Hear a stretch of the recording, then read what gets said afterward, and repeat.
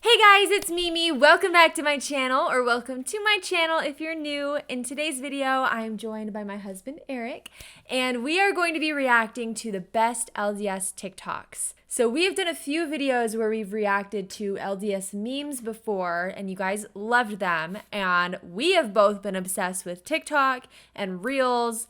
It's true. We've been obsessed. You had a time before. I used it for a little while. Yeah, it's true. and then you were scared about the China thing. And... Honestly, I don't know. I felt like I was wasting time and I wasn't gaining anything from TikTok, so I got rid of it. Maybe because you weren't on LDS TikTok. Something that I have loved about TikTok is the LDS community, and it's something I've never seen on any other social media platform. I mean, we kind of have a community here on YouTube. There just aren't that many of us creators. And same thing with Instagram. It's just harder to discover people. But on TikTok, it's like free game. Anyone can go viral. And it's really cool to see a lot of people come together. There have been a lot of like younger, it's mostly younger than us. I feel old on TikTok. It's so weird. But there's a lot of like teenagers and youth who make TikTok videos. There's even like an LDS hype house. And then there's the Mormon Mansion. Yeah, where it's like a group of LDS. Do you know like what the hype house is? Yeah. Oh, okay. I was just making sure. That's like Team 10, right? There's different ones. Oh, okay. So they don't really live together, but it's like a group of LDS youth, and they have like applications, and you can get into their hype house, and you just make videos for them. It's really cool. So like I've loved that, and we're going to be reacting to some of the best TikToks today. And by the way, if you're new to my channel, again, my name is Mimi, and I make videos all about LDS news, doctrine, and culture, and a little bit about our lives here and there. So if you're interested in any of those topics, don't forget to subscribe down below. Now, without further ado, let's get into it. It was very hard to select these because we couldn't choose any that had music in the background. So I feel like when you don't see your favorite TikTok featured here, that's why. Yeah, or creator. And anyone who we are featuring, go give them a follow. It's so fun to be involved in the community. If you're not a member of the Church of Jesus Christ of Latter-day Saints and you've always wondered, how do youth dances look like? I'll break it down for you. Different chapels have different layouts, but this is a basic gym or cultural hall. He went all There's a stage, usually it's closed off, maybe the DJ might stay there. Usually you have several groups here. The snacks are usually on one side of the gym, or it might be in another room, honestly. Inside the gym, you also find photo booths. Sometimes people just go outside, sometimes people go to game rooms, extra snacks, and sometimes people just go to rooms and make out or something. At the gym, you'll see several big groups. In between those, you'll find smaller groups. Between those, you'll find micro groups of like maybe 4 or 5 people. You have just your independent people who are just maybe 1 or 2 people to just walk around and go in between groups. Really, chapels have like 4 to 6 bathrooms depending where you are. You have the people that just chill in the hallways or outside because it's too hot or it's too noisy inside. The cultural dividers to maybe, make smaller dances on either side. Then you have the big group. If your faith is not strong enough, you will meet your maker. If you're not Wait, what?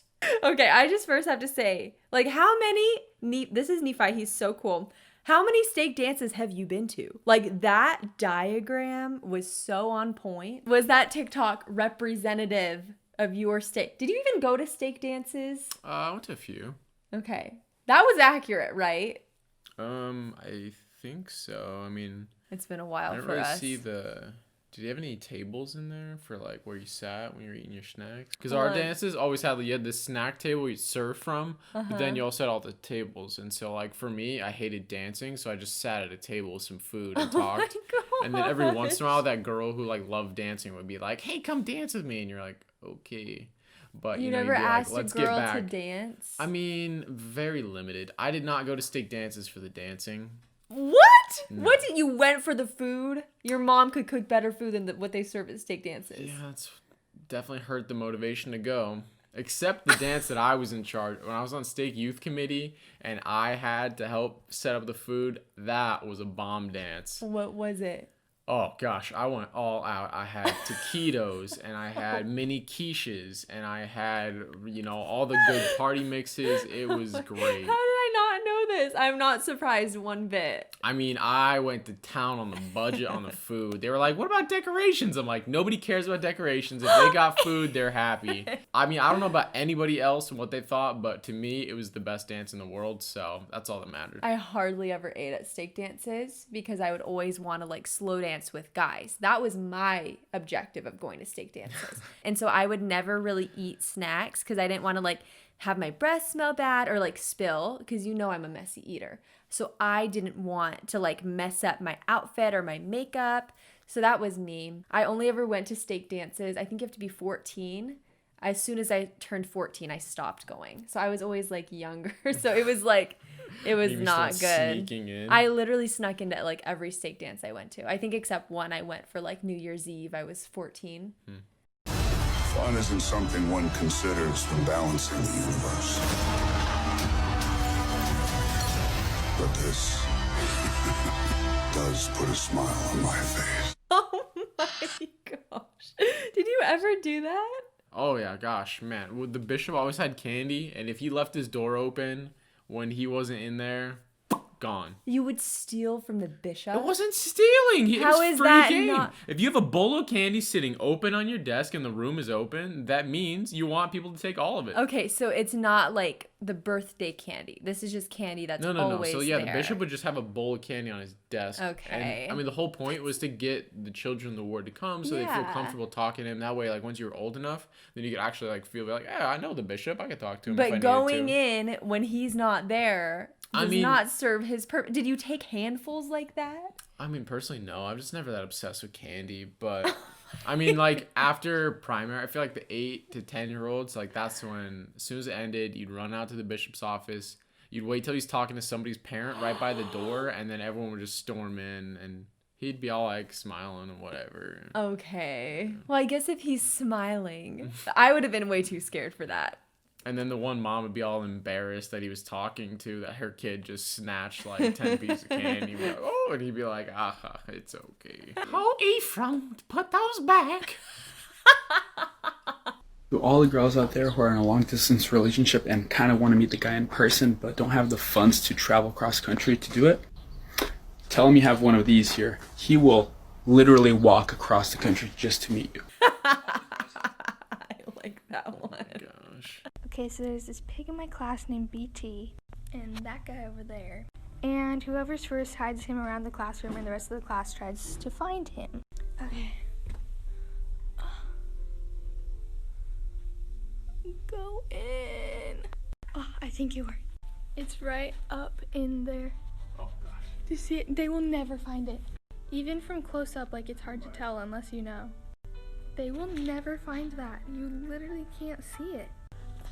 That was so cute. That takes me back to my seminary days. Seminary? I thought you were going to say primary. I was like, yeah, I remember when you were like 8 years old, hiding And you the little sing the pieces. song and you sing Yeah. it louder. I love doing that when I was a Yeah. primary teacher. If this is okay, and if this is okay, and also if this is okay, then you shouldn't have to worry about what I wear as a member of the Church of Jesus Christ of Latter-day Saints every day as in garments or in the temple. If you're respectful for this, and this, then you can 100% acknowledge the sacredness of the temples of the Church of Jesus Christ of Latter-day Saints and respect it. If you can respect that this person only eats foods that are only kosher, and that this woman doesn't eat pork, and that this guy doesn't eat meat on Fridays for Lent, then at the very least you can respect and understand the dietary restrictions of the Church of Jesus Christ of Latter-day Saints, and it doesn't make us a cult. Period. Culture shock I experienced the convert to the Church of Jesus Christ of She's Latter-day so cute. Saints. Number 1, news travels real fast. When I first got baptized, I thought I could just keep it on the down low. The whole stake knew, and my phone blew up with welcome messages. Number 2, everybody can sing. Like, I was in church, right, and everybody was wearing masks, and the girl next to me was just belting out hymn number 200 or something. Also, there's so many hymns, like, should we be practicing outside of church, and can somebody teach me how to sing? Number 3, random people calling me or coming to my house or giving me gifts or joining my lessons. I'm not used to people caring about me. Number 4, dating. So before I met my boyfriend, I was just used to dating for fun, if you know what I mean. And so I never thought about marriage, and within the first couple weeks that I knew him, he showed me this list of qualities in a girl that he would like to marry, and he was like, dang, Jory, you check off every box, you're a 10-cow girl. And I was like, why are you calling me a cow?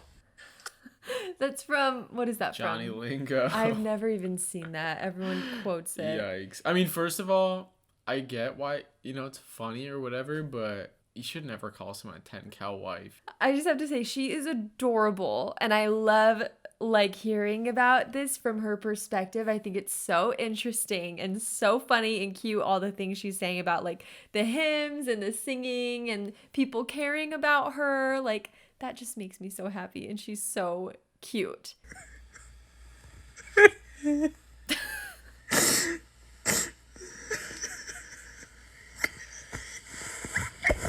That is seriously brutal. Even on P days, you guys still have to wake up that early? Yeah. How did you survive? You Here's love to the sleep trick. more than And then anyone I know. Sometimes you have a companion who loves basketball, and they wanted to wake up early so they would have more time in the morning to play, because you had to drive over to the stake center to meet up with other missionaries or something. I wanted to kill them. 6:30 just felt like being woken up at 2 a.m. every time. Really? It was brutal.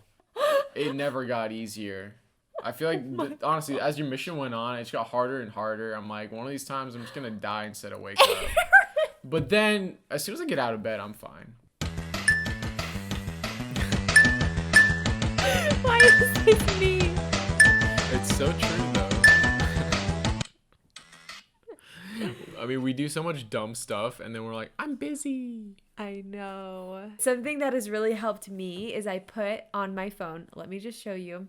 I put my okay, don't judge me though, because I do this for work, but I put my screen time on my phone. But I know it's high because I'm literally a social media manager. I'm on my phone all day, but I know what my average is, and it's just nice to have that as a reminder. And there is so much time in the day, but it doesn't feel like it because sometimes we're just so sucked into our phones.